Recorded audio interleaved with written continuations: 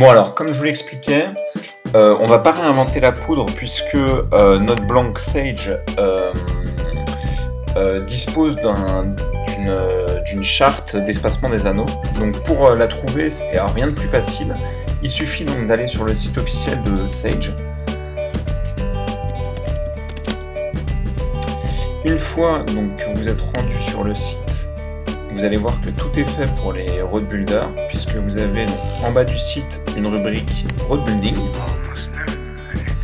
Et donc vous avez donc le schéma qui vous explique donc tous les espacements entre le tip top et les anneaux. Donc pour les trouver, vous avez une page qui référencie donc tous les blancs Sage disponibles. Donc nous on a un ZXL et notre modèle c'est le 376-4, donc 4 brins pour cette pièce 6 soit 3.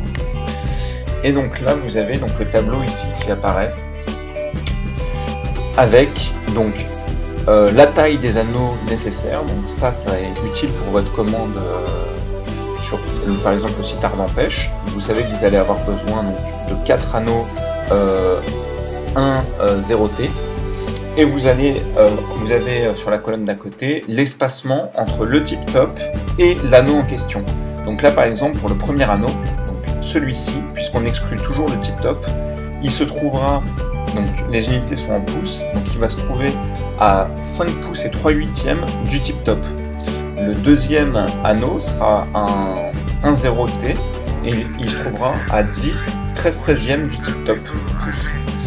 Donc voilà, rien de compliqué. Ça vous permet aussi de trouver les références des anneaux qu'il va falloir racheter en fonction de votre blanc pour votre canne.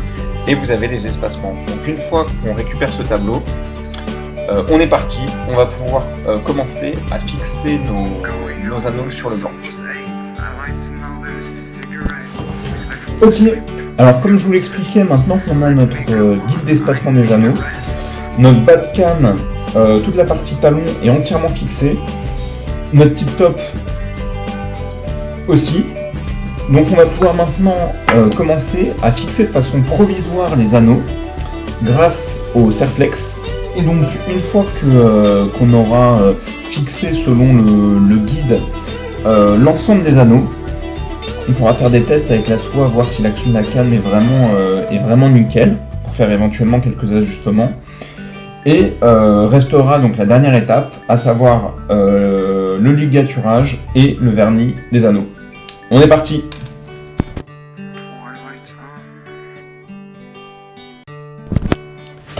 Bon alors, retour d'expérience, puisque je viens d'essayer de préfixer mes anneaux avec l'aide des Serflex, et donc je viens de me rendre compte que sur le brin le plus fin, il était extrêmement compliqué, voire impossible de fixer les anneaux qui sont très très fins.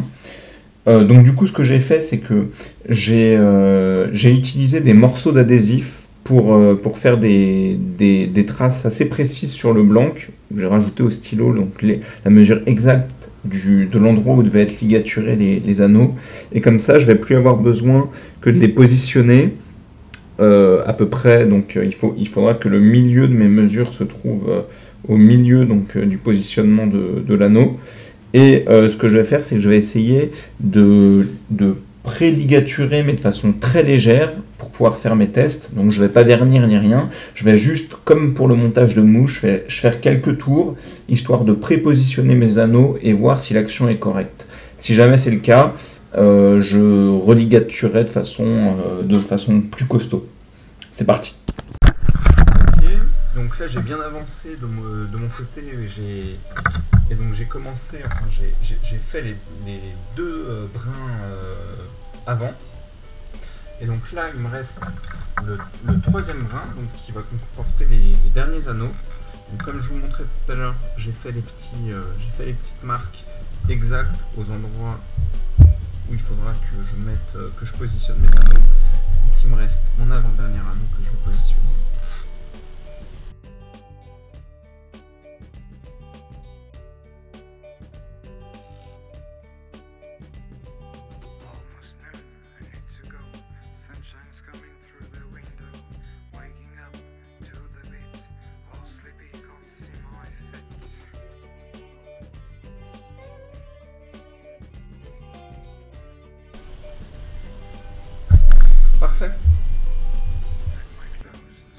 Ok, alors on est parti donc pour la ligature, l'étape finale donc du montage de la canne.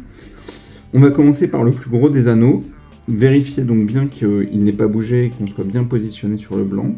Donc on va passer ainsi. Et un peu de la même façon que le montage de mouche, on va commencer par emprisonner notre brin de montage et on va commencer à le mettre en tension.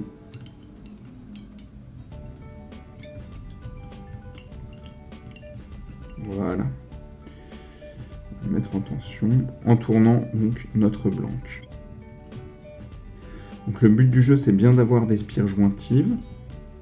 Donc on va y aller doucement et on va corriger tout ça à la main.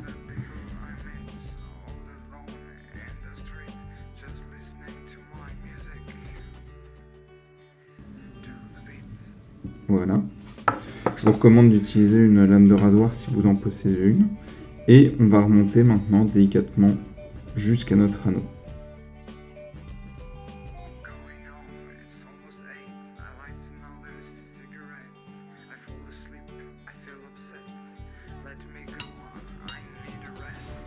Alors, on va ici donc emprisonner un morceau de 16 centièmes qui va nous permettre de finaliser notre ligature. Donc il faut pour cela donc faire une boucle en nylon qu'on va emprisonner dans notre ligature et elle va nous servir donc à venir finir le travail et à sécuriser notre ligature. Voilà.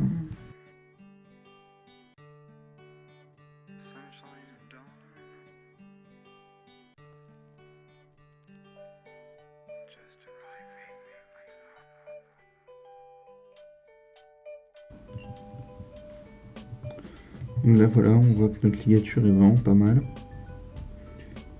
Au début, donc faut pas s'en faire pour ça, j'approcherai une flamme pour clarifier tout ça. Et donc quand on arrive bien jusqu'à la pâte, on va donc prendre un petit peu de mou. Et on va finir notre montage grâce à la boucle que l'on a créée. Donc, on va passer donc notre fil à ligaturer dans la boucle. Voilà. Et on va récupérer doucement notre boucle.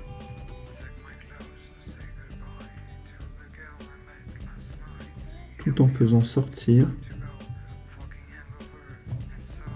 voilà notre fil à ligaturer. Alors, ça arrive souvent donc au dernier moment votre morceau de fluoro passe parce qu'il faut qu'il soit assez fin. Donc à ce moment-là, pas de panique le principal c'est que le fil à ligaturer soit sorti et vous pouvez donc terminer en tirant légèrement sur le brin vide de cette façon-là. Et voilà. Donc, ma ligature est ici terminée et j'ai plus qu'à réaliser la même opération sur chacun des anneaux. Alors, je vais quand même boucler celle-ci devant vous. Donc là, c'est pareil, si jamais vous avez un cutter, une lame de rasoir, un cutter, c'est mieux. Et là, donc, pour clarifier donc, le bas de cette ligature, on peut approcher une flamme.